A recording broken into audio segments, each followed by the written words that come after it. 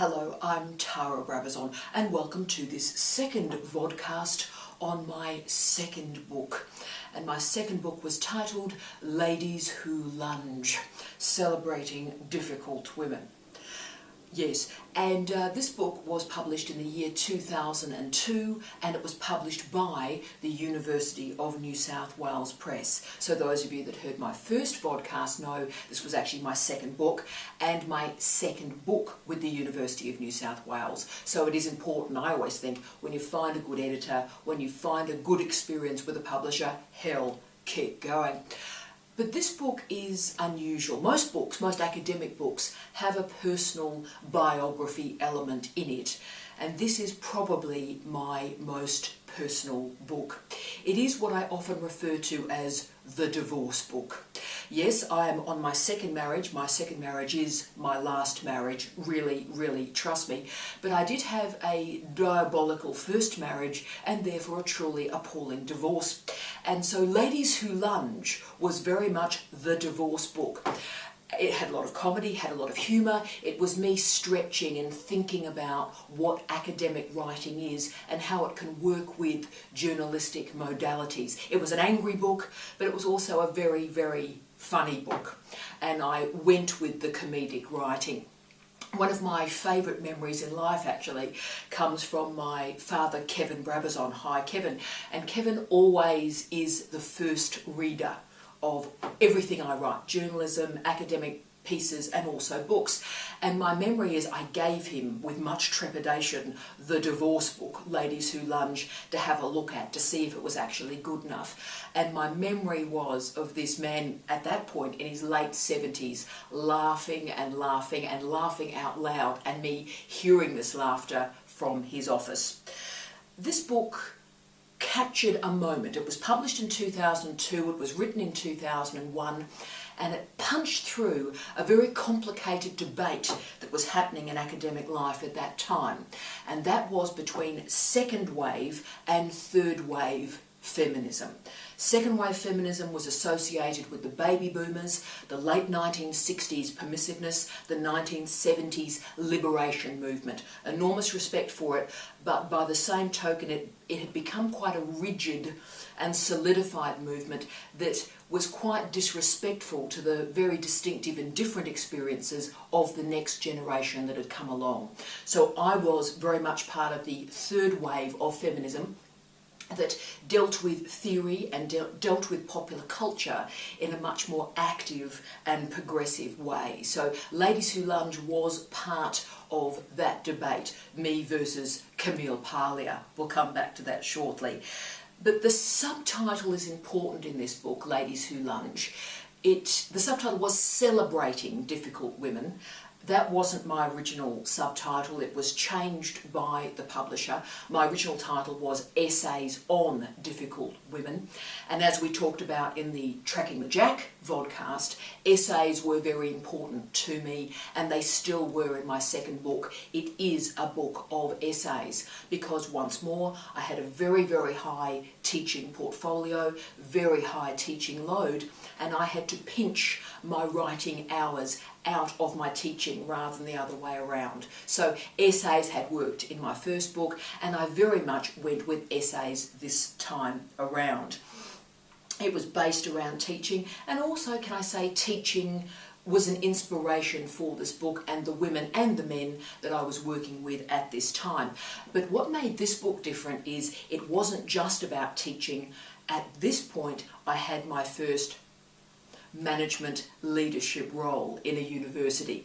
At this point I'd been made the program leader of communication and cultural studies at Murdoch University, and I was so incredibly proud of that. That had happened at about 28, and to be a representative, let alone a leader of cultural studies at Murdoch University that was so internationally influential, I was so proud. But I was also incredibly scared because, oh my goodness, I'm a young woman.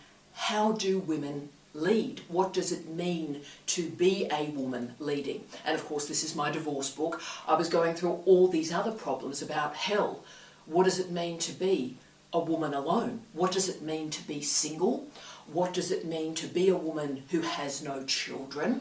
What does it mean to just be a woman working, a woman teaching, a woman writing, and feeling comfortable with that? What does it mean to be a woman who is not being evaluated by what goes in or out of her vagina? That's basically what Ladies Who Lunge was about.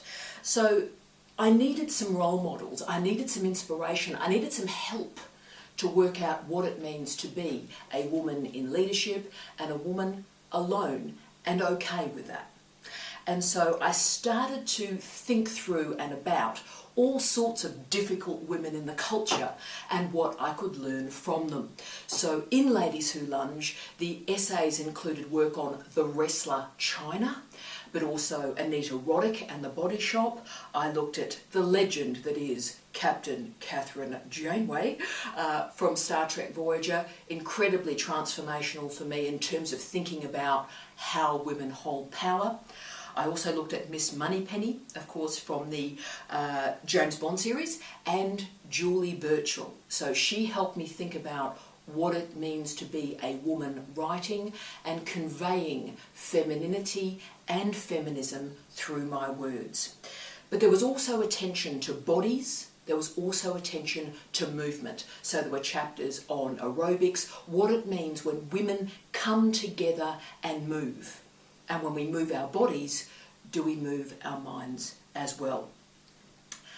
So the point of the book really was to ask women about who we are without men, who we are without children. What does it mean to be a woman living and breathing and experiencing the now? And I remain incredibly proud of that book. In terms of my trajectory of my research and writing career, this was the book where I started to work out who I was as a writer and what my writing style really was and what I've become known for in terms of the comedic writing, the short sentences, the lack of adjectives. A lot of that writing style was tested and formalised, I think, in Ladies Who Lunge. Final thing I would say, as you know, this was my divorce book, but life is weird, isn't it? One of the referees for this book, commissioned by the University of New South Wales Press to review it to see if it was of academic quality, was a gentleman by the name of Professor Steve Redhead, an international expert in popular cultural studies, then at Manchester Metropolitan University in the United Kingdom. I'd never met Steve, but for some reason, perhaps because of his international expertise in popular cultural studies, and that's really what this book was on, the book was sent to him to review. Thankfully, he liked it a lot, which is tremendous, particularly considering the level of aggression against masculinity that was expressed in the book. But as many viewers may know, of course, very soon after that, I ended up married to him. So there's something, I think, wonderful in the nature of life that the divorce book, the book that conveyed my angst, my sadness, my disappointment in myself, and trying to think of a trajectory forward, that divorce book was refereed by the man who would end up being my second and indeed last husband. Life is weird, isn't it? But books are like that. They lead you to the next stage of your life.